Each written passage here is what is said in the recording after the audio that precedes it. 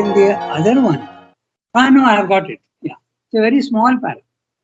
Yes. It has all the power. No? Yes. Shall I read? Yeah, go ahead. It It has has all all the the power of a way of works, integral and absolute, but because of its law of sacrifice and self giving to the divine self and master, it is accompanied on its one side by the whole power of the path of love, and on the other side by the whole power of path of knowledge. At its end, all these three divine powers work together, fused, united, completed, perfected by each other. Yeah, very, very clear what he's saying, that when you are doing karma yoga, not only you get the way of works is karma yoga. That means basic principle of karma yoga is you dedicate everything that you are doing, or even thinking, or even emoting, whatever you are doing, you offer it to the divine. So that is the karma yoga. And it also joins bhakti yoga and also jnana yoga. That's what he has gone into detail previous paragraph. That's what he's saying here. So if you do karma yoga, and it becomes the most powerful because it also leads you to love of the divine as well as knowledge of the divine. Okay, and the best way of doing that offering is remembrance, because that's much easier if you think of it that way. Remember and offer everything that you do. Okay, from the most banal activity, okay, even walking, even going here, going there, marketing, whatever you are doing, just think of the divine and offer that to the remembrance. It can start with remembrance, and even if the remembrance is very mechanical, it doesn't matter in the beginning, because then afterwards he says emotion comes in. Remembrance can sometimes be very, very bland, it can be emotionless, it can just be a thought in the mind, but that doesn't matter, because slowly it will give you love, and it will also give you knowledge, because you are identifying yourself with. It's just like if you have a new friend, okay, the more you mix with him, the more you will know his character. Exactly in the same way, when you go on thinking of the Lord and even offering what you're doing, even in the beginning, you may not even be able to offer, because you may wonder what is meant by offering. Sometimes that question comes up. Okay. But even remembrance, it starts with remembrance and then it becomes, and you get all the three in the end. And that's why that's what Swamda wants. He wants the integral knowledge of the divine. So he's talking of three powers. What are the three powers? Okay. Knowledge in the mind, love in the heart, and correct action, the power to act correctly in the body. So all these things, these are at its end, all these three divine powers work together. They are fused, united, completely. When you have to do a particular work, you have the knowledge how to do it, and also you do it with great enjoyment, because love will also give enjoyment. Okay, so we can go to the next section. The divine, the eternal is the Lord. So Shall I read? yes, Jasmine, please do that. The divine, the eternal, is the Lord of our sacrifice of works and union with Him in all our being and consciousness, and in its expressive instruments is the one object of the sacrifice. The steps of the sacrifice of works must therefore be measured. First, that brings us nearer to divine nature. But secondly, also by an experience of the divine, His presence, His manifestation to us, an increasing closeness and union with that presence. But the divine is in His essence infinite, and His manifestation too is multitudinously infinite. If that is so, is it not likely that our true integral perfection in being and its nature can come by one kind of realization alone? It must combine many different strands of divine experience. It cannot be reached by the exclusive pursuit of a single line of identity till that is raised to its absolute. It must harmonize many aspects of the infinite. An integral consciousness with a multiform dynamic experience is essential for the complete transformation of our nature. Okay. Again, another small para, not a big one. So we'll have a quick look at what you say. When we are, who is the Lord? Who is the Lord of ours? To whom are we offering our works? That's what he's discussing here.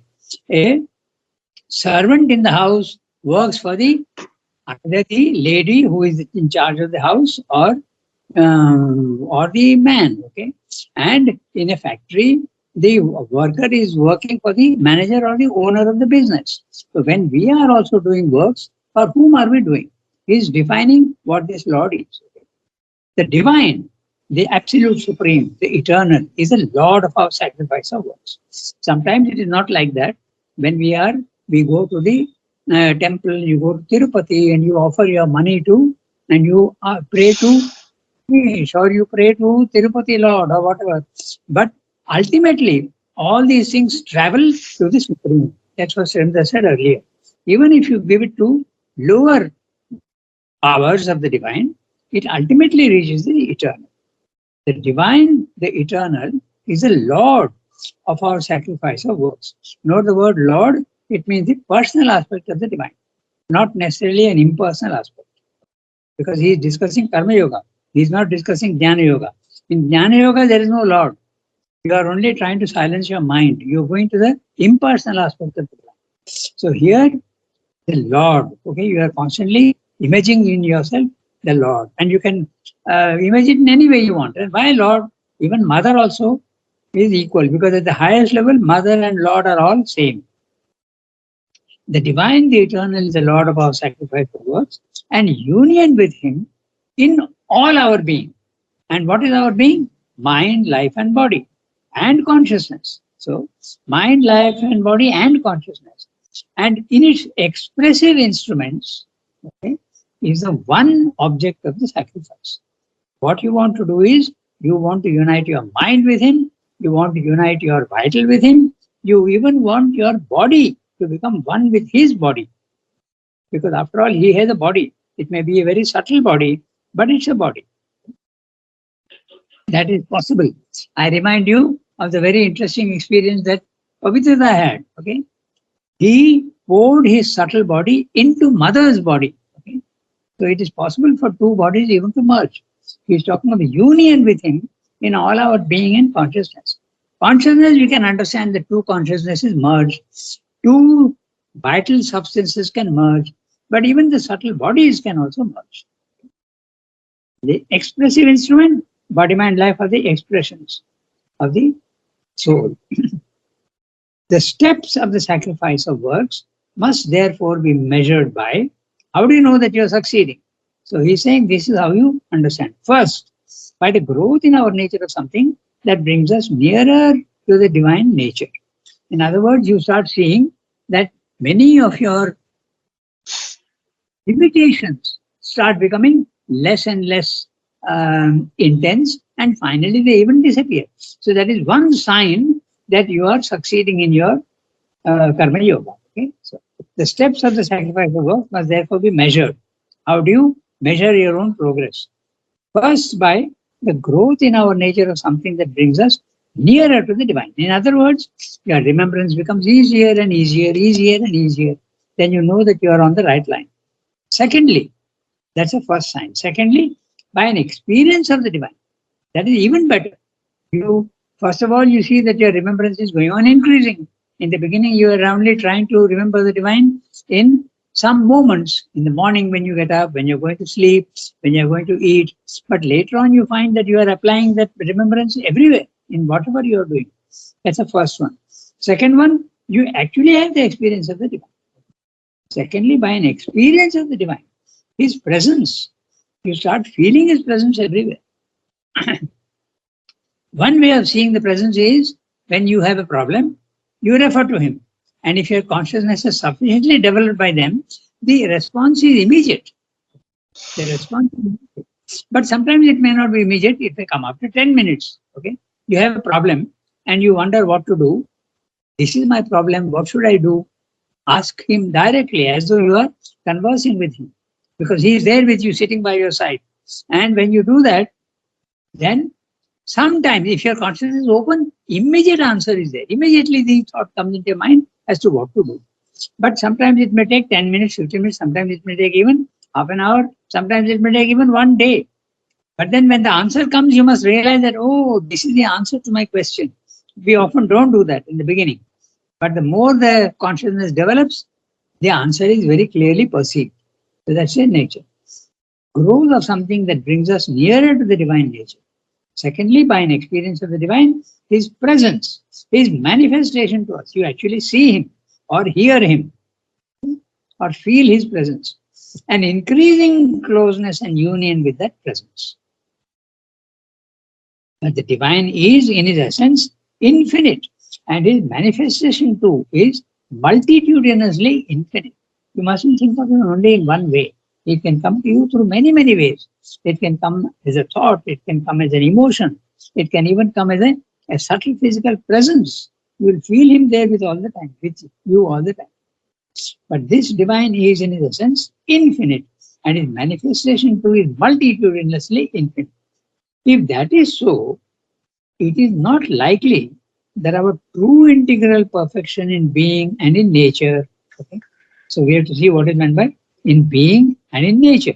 In being is your consciousness within, and nature outside, okay? In your body-mind life. Nature is always body-mind life. Can come by one kind of realization alone. So, one kind of realization, you see, you have a thought of the divine, or you realize you get knowledge of the divine. That is one kind. Another kind, you have love for the divine. So these is the integral perfection likely to come only by one path? So they're saying no, you have to get all. If that is so, it is not likely that our true integral perfection in being and in nature can come by one kind of realization alone. It must combine many different strands of divine experience. All the three: knowledge, love, and action.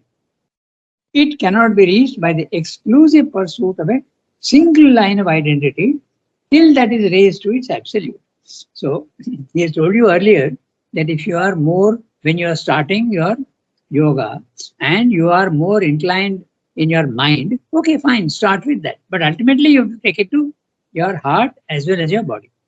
You have to begin with the thought of the divine, but also you start going more towards the emotional side, and finally every action also you have to do. So, but if you are stuck only in the Jnana Yoga or only in the Bhakti Yoga, you won't know him perfectly in all aspects. You will know him only in one aspect. Even that is so satisfactory that people don't mind. Okay, that's why they do Jnana Yoga alone, or they do only Bhakti Yoga alone. But for Srimdu, that's not enough. He is very, very demanding. He wants the divine in all, in mind and heart and body. It must combine many strands of divine experience. It cannot be reached by the exclusive pursuit of a single line of identity. Single line of identity, Jnana Yoga, Bhakti Yoga. Karma Yoga is the most powerful because it can lead you to the others. So, must, till that is raised to its absolute. It must harmonize many aspects of the infinite. Now, this sentence is a very interesting one because it means harmonize many aspects of the infinite. Remember that the infinite contains all the dualities. So, all that also must be realized. Okay, I just mentioned, and it's very thought-provoking. What is meant by all aspects of the infinite?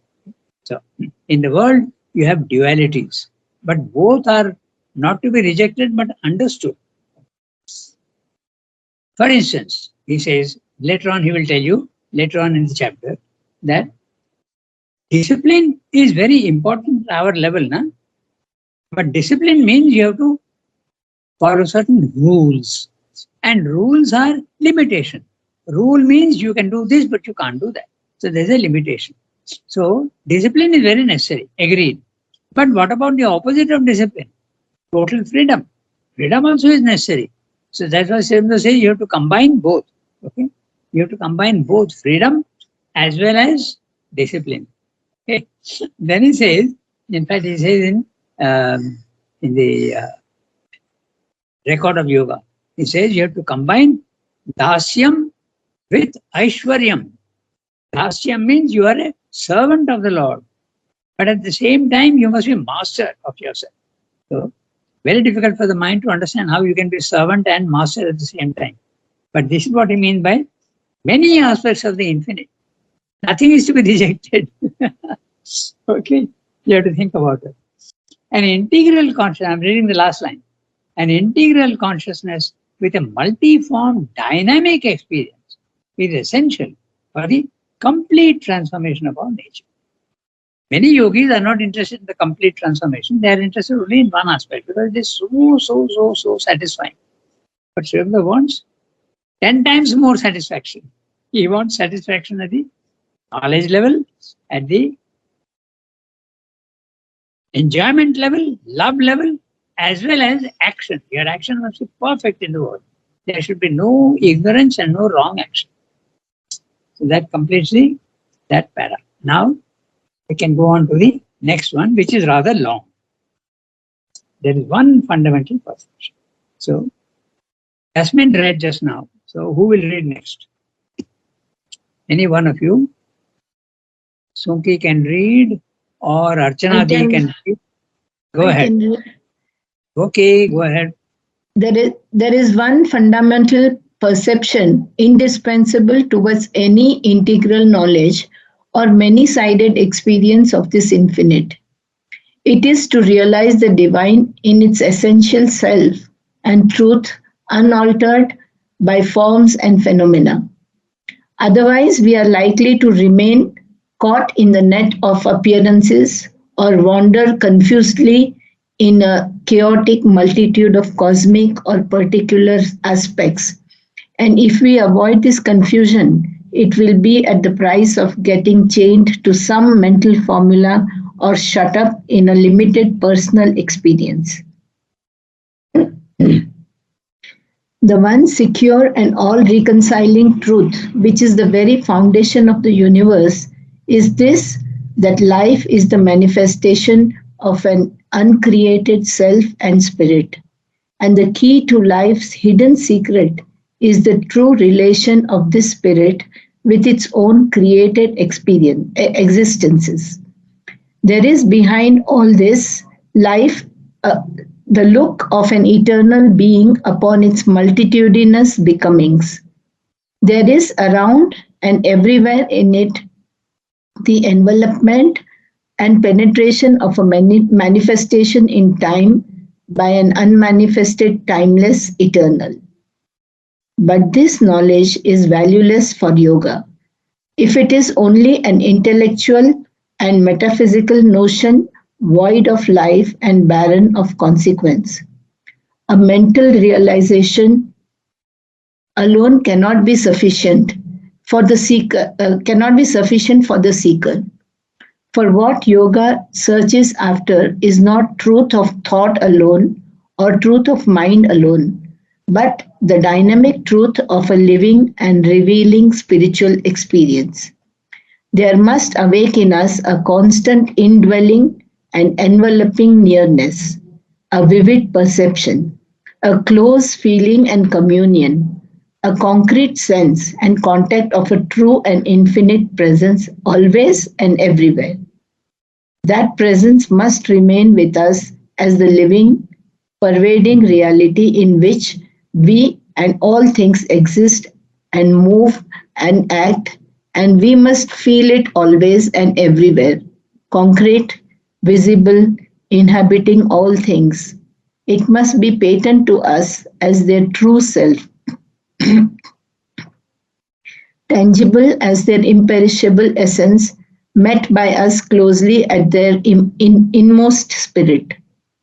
To see, to feel, to sense, to contact in every way, and not merely to conceive this self and spirit here in all existences, and to feel with the same vividness all existences in this self and spirit, is the fundamental experience which must englobe all other knowledge. Okay, so we'll go behind the words and see what is meaning. It has to be very, very concrete to us. Okay. By the way, who read just now? May I know? Tarika. Oh, Tarika. Okay.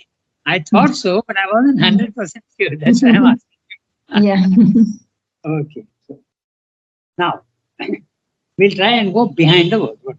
There is one fundamental perception indispensable towards any integral knowledge or many-sided experience of the infinite. The integral knowledge and many-sided experience of the infinite suggests the integral yoga. If you are interested in the integral yoga, this fundamental perception is indispensable, not for the other yoga so much. And what is that fundamental perception? He is going to tell you. It is to realize the divine in its essential self and truth, unaltered by forms and phenomena. So understand this, okay? When the divine manifests in the physical world, in the universe, or in the individual, he is altered a little bit by the form and the phenomena. Do you understand what I'm saying? So, at the highest level, only the divine exists before creation. Okay? Only the divine exists. That is the fundamental aspect. That is the essential. It is the essence. It's a seed. There is no universe at that time and there is no individual. So, in other words, if you want a very clear statement, transcendent. You have to know the divine only in his essential aspects, without the cosmos and without the individual. Clear?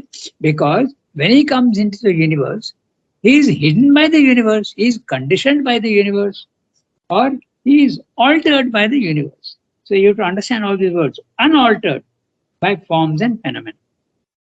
Not only by forms, but even events. Okay? Forms are in space and phenomena are in time. So when he comes down, he is hiding himself and conditioning himself to the conditions in the universe. And when he enters into the individual, he is also conditioning and he is adjusting himself to the conditions in the individual. Okay. So that is what is meant by unaltered. So that's clear now. See, it has to be a concrete idea. Unaltered. When the divine is unaltered by universe or individual, he is transcendent. There is only the divine. Okay? When the divine before manifestation, you feel yourself to be in the divine and the world doesn't exist for you, neither does your body mind life exist for you. It is a transcendent experience. So that's what you have to realize. If you don't But the realize forms, pardon, yes. the forms and phenomena, what forms the forms that we give, like is it Krishna or Rama or things like that, or no? I didn't understand that part. No. Forms are everything in the physical world, the physical forms. Stones, trees, animals, okay? Oh. Yeah, clouds, everything in the physical world is form. Okay. Nama Rupa. Okay? Yeah. And phenomena, all the movement in the physical world. Everything that is there in the physical world is a phenomenon. A phenomenon is an event. And an event starts and ends. Okay? So that is the phenomena. That's in time. So in other words, the divine is not conditioned by forms and time and space. That's what it means. When you realize the transcendent, you feel that you are outside time and space. We know that. And when you are outside time, you are immutable because time is the only one that mutates, which changes, which gives action. But when you are at the highest level, and that highest level can be experienced even at the higher mind level, remember that. It doesn't mean that you have to go right to the top. You can get a glimpse of that immutable transcendent even in the higher mind. So now it's clear. Forms and phenomena necessarily means the universe. Okay. So that's right. The divine conditions himself by forms and phenomena. Okay? So form refers to, as I said, space. In space, there are forms. And in time, there are phenomena. Okay? So that's what he means. In other words, again, I repeat, okay? There is a condition of the divine which is outside time and space, where there is no hint at all of the universe nor of the individual. When you experience the transcendent, even you don't exist. Okay? You have become the infinite transcendent. Sometimes you may experience that I am experiencing this infinity, but that also can disappear sometimes. And even the I am experiencing unity, the infinity can disappear. You become the infinite. There's no one who is experiencing the infinite. There are two levels of that. Okay, so that's a transcendent. Clear? Transcendent is the essential divine. Just like in a tree, the essence is the seed. Before the tree comes in, the seed exists by itself. The seed is the cause of the tree. Exactly in the same way, the transcendent is the cause of the universe. It comes out, just like the tree and the seed. Okay? So, if you don't do that, Srimdra is saying, for the integral yoga, he is talking about. Otherwise, we are likely to remain caught in the net of appearances and wander confusedly in a chaotic multitude of cosmic and particular aspects. Let's look at what he's saying again. Pardon, I couldn't follow. Someone was saying something? No. Okay. Okay. Otherwise, we are likely to remain caught in the net of appearances. Which is the net of appearances? The physical world. Because everything that you see, okay, appearance. A stone is an appearance. Okay. Behind the stone is the reality. All appearances are like photographs.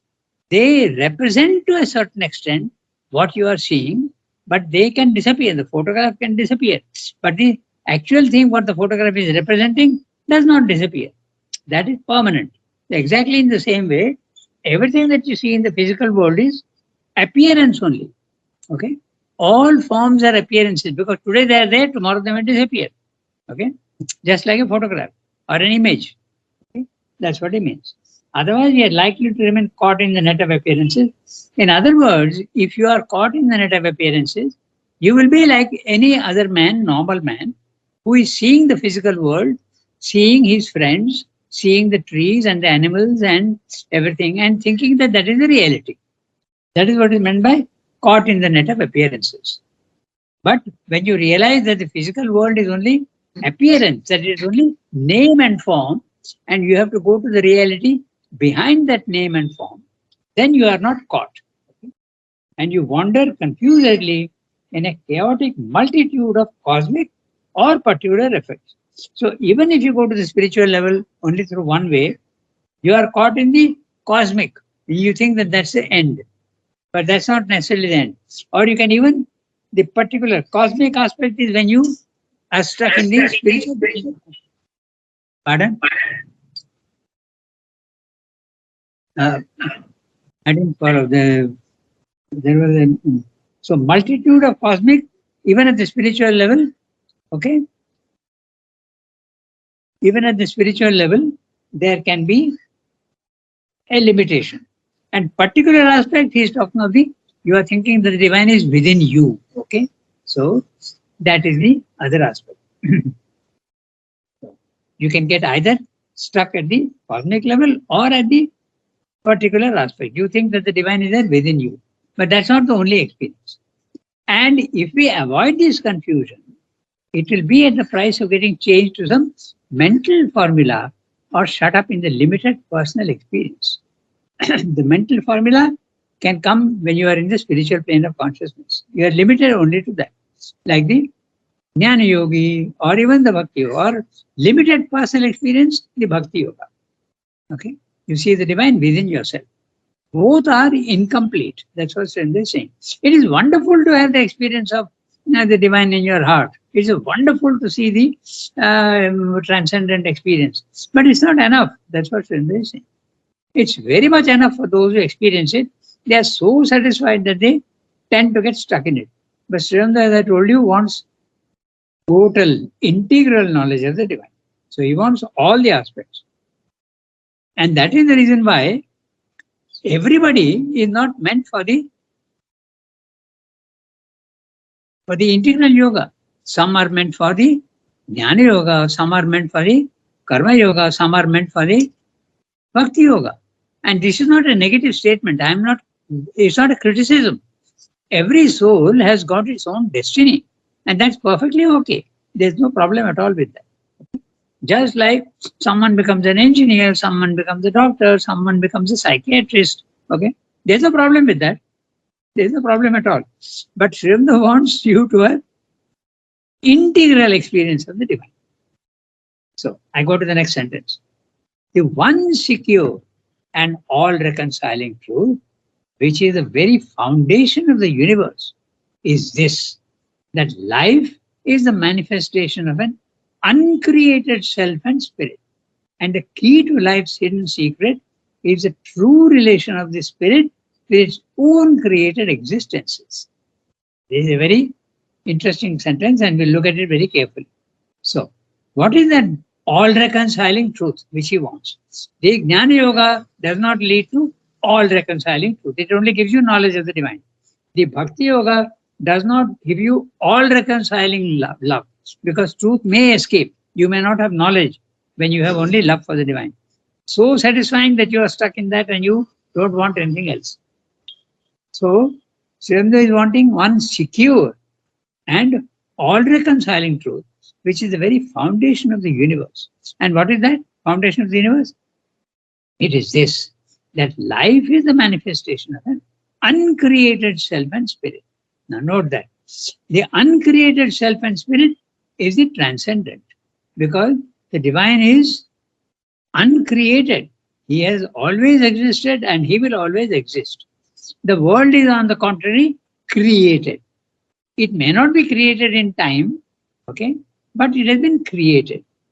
It is conditioned. So what's he saying? He's saying that the life is the manifestation of an uncreated self and spirit, and the key to life's hidden secret is the true relation of the spirit with its own created existence. So now brings in the idea of Purusha and Prakriti. Okay, the life is the manifestation of uncreated self and spirit is the Purusha, the personal aspect of the divine as well as the infinite. And the key to life's hidden secret is the true relation of the spirit with its own created existences. Which is the created existences?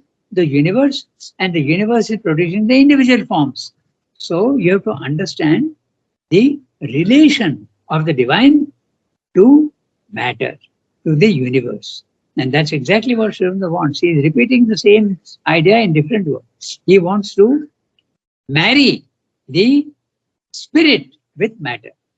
The heaven and earth must join in a happy marriage. That's the image he uses in the Life Divine right in the first chapter itself. Okay? So, so clear? So, the one secure and all, you have to realize that the divine is there in the transcendent, in its pure form. But he is also creating the universe, and you must get the secret to that universe creation. In other words, you must also know his Shakti. You must know his consciousness, but also his Shakti, which creates the universe. Don't reject the physical world. That's what he's saying. No rejection. Okay? You must realize the importance of life's, the secret of life is to get the relation between spirit and matter. There is behind all this life the look of an eternal being upon its multitudinous becomings. This sentence is the nirvana experience or the experience of the self. Okay? The self, Atman. Your consciousness gets out of the body, mind, life and enters the spiritual planes of consciousness, the second level. And when you go to that second level, you realize that you are not the body, mind, life anymore. You lose your identification with the limitations of body, mind, life, and you become infinite. And you also realize that you have always been. You are one with the soul and not with your body, mind, life. And so that is the experience of the look. And note the word look of an eternal being. That's a witness. A witness is one who is looking. Okay. So, and when the witness is there, there is absolutely no other influence that comes in. You are only looking absolutely immutably. You're not judging. So that's the sentence is very clearly the experience of the self. Okay, if the self is not clear, again we repeat, the self, you can use different words, Atman, Brahman, and the Buddhists use the word Nirvana. There's a dissolution of all forms and all limitations.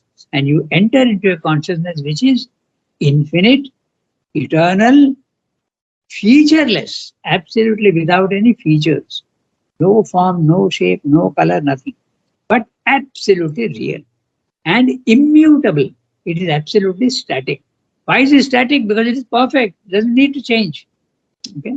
So this is the self. So if you remember these 4 words, the self, the concept of the self will become clear. And you can use the word self, you can use the word Atman, you can use the word Brahman.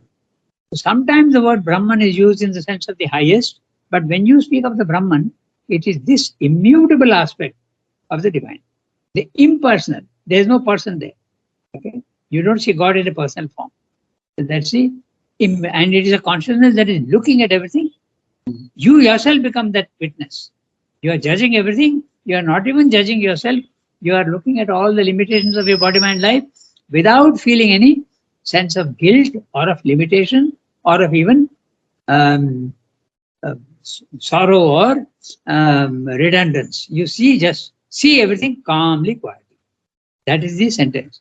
There is behind all this life, behind all the manifestation, the look of an eternal being upon its multitudinous becomings. One word for multitudinous becomings, the physical world.